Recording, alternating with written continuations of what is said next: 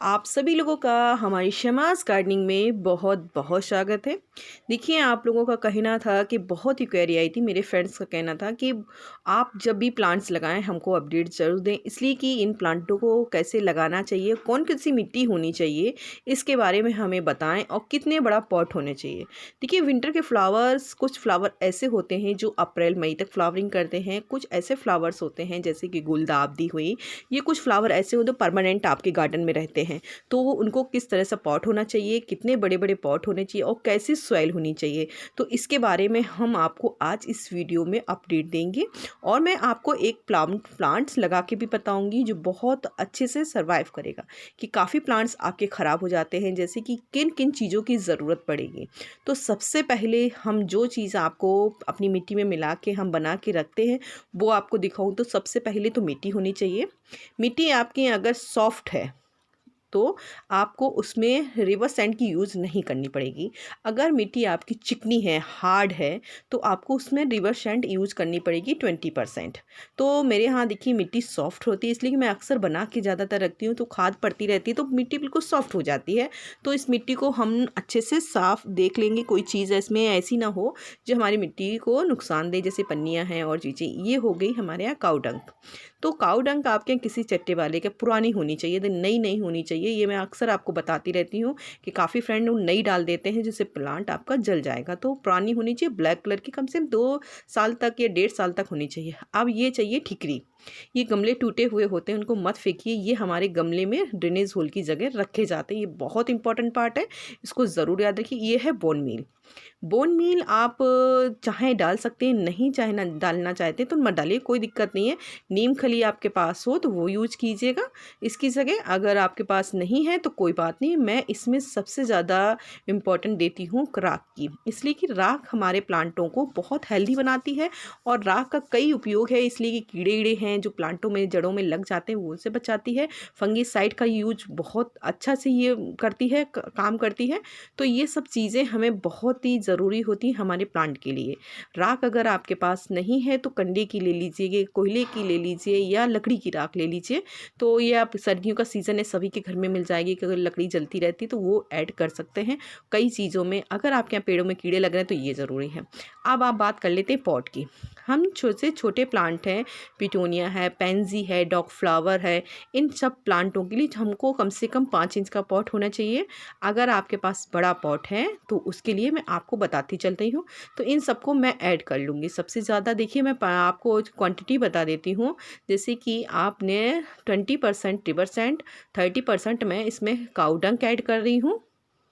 काऊ डंक इसलिए कि अभी 30% डालेंगे तो प्लांट, गर्मी का सीज़न नहीं है, गर्मी में कम करते हैं। सर्दियों में खाद अच्छी क्वांटिटी में होनी चाहिए, फ्लावरिंग करते हैं प्लांट और स्पेशली उनके लिए ये बहुत इंपॉर्टेंट होती है। तो काऊ डंक हो या वर्मी कंपोस्ट हो या किचन वेस्ट खाद हो, कोई भी आपके पास खाद हो वो ऐड कर लीजिए। अब हम इसमें राख ऐड कर लेते हैं। राख आप अपने, जैसे कि मैं 2 मुट्ठी करती हूँ, आप 10% या 5% आप इसमें राख ऐड कर लीजिए। राख ज़्यादा भी हो जाएगी तो कोई दिक्कत नहीं, कम हो जाएगी तो कोई भी दिक्कत नहीं। बस ये है कि राख पड़ने से कीड़े नहीं हमारे प्लांट में लगते हैं और हमारी मिट्टी को बहुत उपयोगी बना देती है। तो ये बहुत ज़रूरी होती है राख। कि आपने उन गाँव में देखी हो कि कूड़े के अपने जो इकट्ठा करते हैं वो अपने खेतों में डालते हैं, इसलिए कि बहुत अच्छा कंपोस्ट खाद बन जाती है। राख भी बहुत अच्छी होती है। अब बोन मील आप 5% ऐड कर लीजिए। बोन मील हमारे प्लांटों को बहुत ताकत देती है, विटामिन डी से लेकर सारी इसमें जो हमारे प्लांट को बहुत इंपॉर्टेंट होती है वो मिलती है। इन सब का मिक्सचर बनाने के बाद हमारी मिट्टी बहुत उपयोगी हो जाती है, बहुत ताकतवर हो जाती है, जिससे हमारा प्लांट, कोई भी हम प्लांट लगाते हैं तो वो सक्सेस हो जाता है, ख़राब नहीं होता है। और सॉफ्ट मिट्टी रहेगी तो जड़ें अच्छे से फैलती हैं। तो ये हो गई हमारी मिट्टी तैयार। मिट्टी को अक्सर ये देखिएगा, जब भी लगाएं तो 1-2 दिन उसको हवा में रखिएगा, थोड़ी धूप लग जाती तो जो बैक्टीरिया उसमें होते हैं वो ख़त्म हो जाए। अब मैं इस पॉट का यूज करूँगी जिसमें ड्रेनेज होल है। ड्रेनेज होल अगर प्लांट में, पॉट में नहीं है तो फिर आपका प्लांट नहीं चलेगा। तो हम ड्रेनेज होल के ऊपर कुछ ये पत्थर रख देते हैं। इस तरह से, जिससे हमारे प्लांट की मिट्टी जो है वो नई ड्रेनेज होल से निकल जाती है। सिर्फ पानी निकलेगा थोड़ा थोड़ा करके, जिससे हमारे प्लांट को जितना पानी की ज़रूरत होगी उतना ही पानी हमारे प्लांट को चाहिए और एक्स्ट्रा पानी निकल जाएगा। तो थोड़ी सी मिट्टी में, कि पॉट छोटा होता था, थोड़ी सी मिट्टी मैं डालूंगी ड्रेनेज होल के ऊपर, और जो मैंने ठिकरी रखी है उसके ऊपर अब हम पॉट लगाएंगे। पॉट में से प्लांट तैयार करेंगे। देखिए प्लांट हमारा ये है। पिटूनिया मैं सबसे पहले लगाती हूँ क्योंकि मुझे पिटूनिया बहुत पसंद है, और विंटर में पिटूनिया बहुत अच्छी फ्लावरिंग करता है। तो विंटर तक, अप्रैल तक फ्लावरिंग। अब हमने इसको पॉली बैग से निकालने के बाद हमें रूट्स को किसी तरीका छेड़ना नहीं है, कि फिर अगर रूट्स छेड़ेंगे तो ड्रेनेज वो फिर सॉक में आएगा, तो काफ़ी फिर पत्तियाँ गिराएगा, तो काफ़ी आप इसको छेड़िए मत ज़्यादातर। इसलिए कि एक पॉट में कोशिश ये कीजिएगा, एक पॉट में एक ही प्लांट लगाएं, कि काफ़ी पास पास अगर लगाएंगे तो इसको हवा नहीं मिलेगी और फिर अच्छे से फैलेगा नहीं।